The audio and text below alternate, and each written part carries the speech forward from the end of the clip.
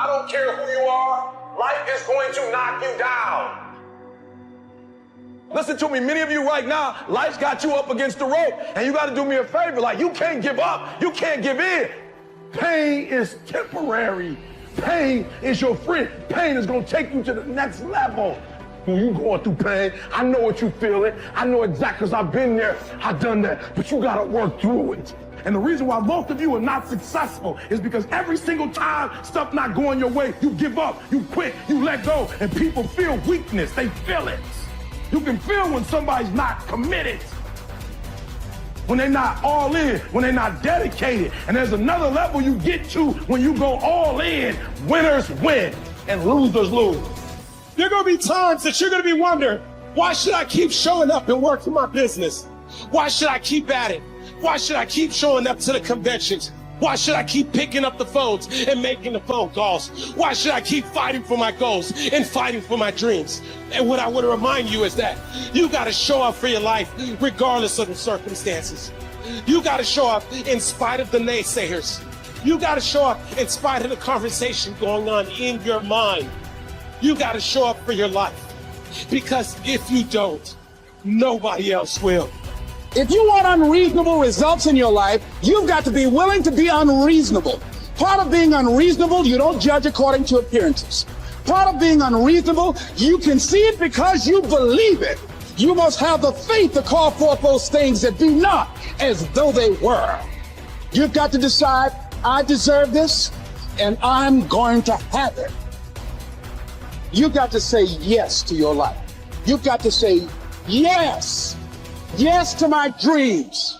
Yes to me. Yes, I can make it. Yes, I can. Doesn't matter how many failures I've made. Doesn't matter how many mistakes I've endured.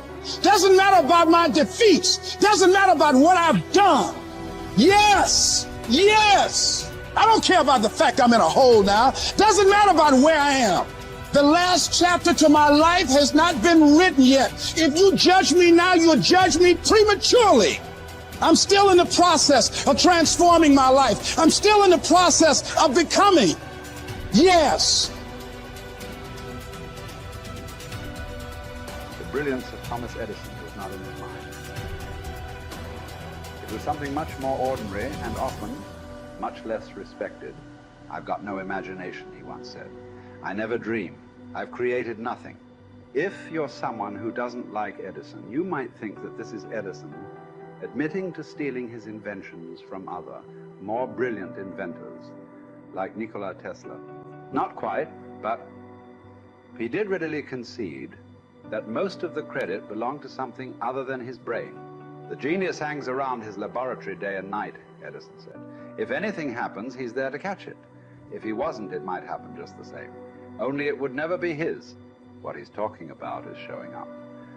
The incredible, underrated power of clocking in every day, putting your ass in the seat, and the luck this seems to inevitably produce. Edison lived in his laboratory and never missed a day. Like Gehrig, even when he was sick, when he was tired, or when visited by tragedy or disaster. The modern conveniences we can trace to his lab then owe far more to his body than his brain, to the compounding power of consistency rather than sheer brilliance. It wasn't about inspiration. It was about getting to work, show up and try. Get on the treadmill, pick up the violin, script out some sequence, reach out to some clients, read some reports, lift a couple weights, jog 1 mile, cross one thing off the to-do list, chase down a lead. It doesn't matter what it is. All aspects of our life benefit from this circumscribed kind of business. Just as long as you do something every day, that is the important thing. Show up.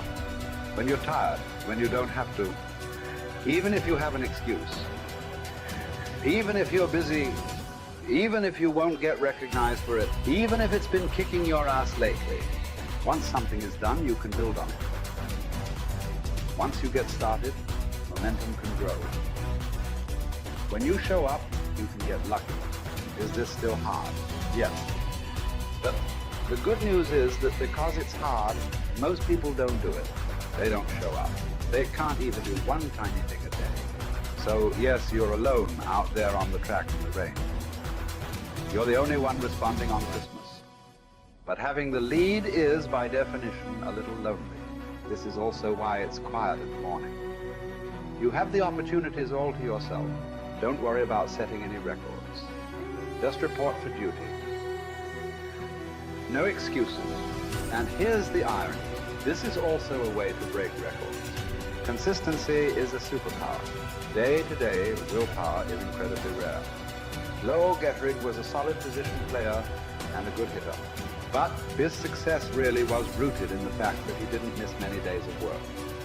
It's quite likely that had he continued at his normal pace and not been stricken with R's, that he would have put up career numbers that surpassed Babe Ruth. Gettrig wasn't just able to show up despite injuries and fatigue. He also had to push through ennui, doubt, and just plain not feeling it. He had slumps like we all do, but he also understood what they meant. As a minor leaguer, he had struggled at the plate and thought about quitting. The Yankees' owner sent down a scout to walk Gehrig through the very basic math of a batting average. A good hitter hits 300, and hitting 350 is terrific. Hitting 400 is almost unheard of. What does that translate to? Missing on 6 tries out of 10. A hitter can also go days, weeks without touching the ball. That's what the scout told him. The most important thing a young ball player can learn is that he can't be good every day. You don't have to always be amazing. You do always have to show up. What matters is sticking around for the next at-bat. The ability to do that, coupled with the ability to endure what John Steinbeck called dawdly days while writing East of Eden. Those days when everything seems out of whack, when you're just not feeling it, when the distractions won't stop, is the first step to greatness, literally. You cannot be great without the self-discipline to do that. One thing a day adds up. Each day adds up. But the numbers are only interesting if they accumulate in large quantities. You guys that are just getting started, you're not going to start right here. You're going to start down there, probably in another city, another town. I grew up in Lake Charles, Louisiana, no money, raised by a single mother. I was in debt at 25 years old. First thing that I had to do in my life was not learn a new skill. First thing I had to do to get my life moving in the right direction was self-development. It is vital. It was vital for me that I improved myself and I could start depending upon me. I had to show up every day with some rituals, some disciplines, and start getting myself to trust me, not trust others, but trust myself to do the right thing every day. One of the things that I started doing was beating the sun up every morning. I'm going to beat that sun up every morning so that I have the discipline and the control over my life. So I knew, hey, before that thing pops, I'm going to pop. I'm going to get out of bed, depend on myself, get up at the same time every day. And for me, that time, regardless of where I was beat that sun up. No matter where I am, I'm going to beat that thing up. So it gives me a sense of control over my own life. Second thing,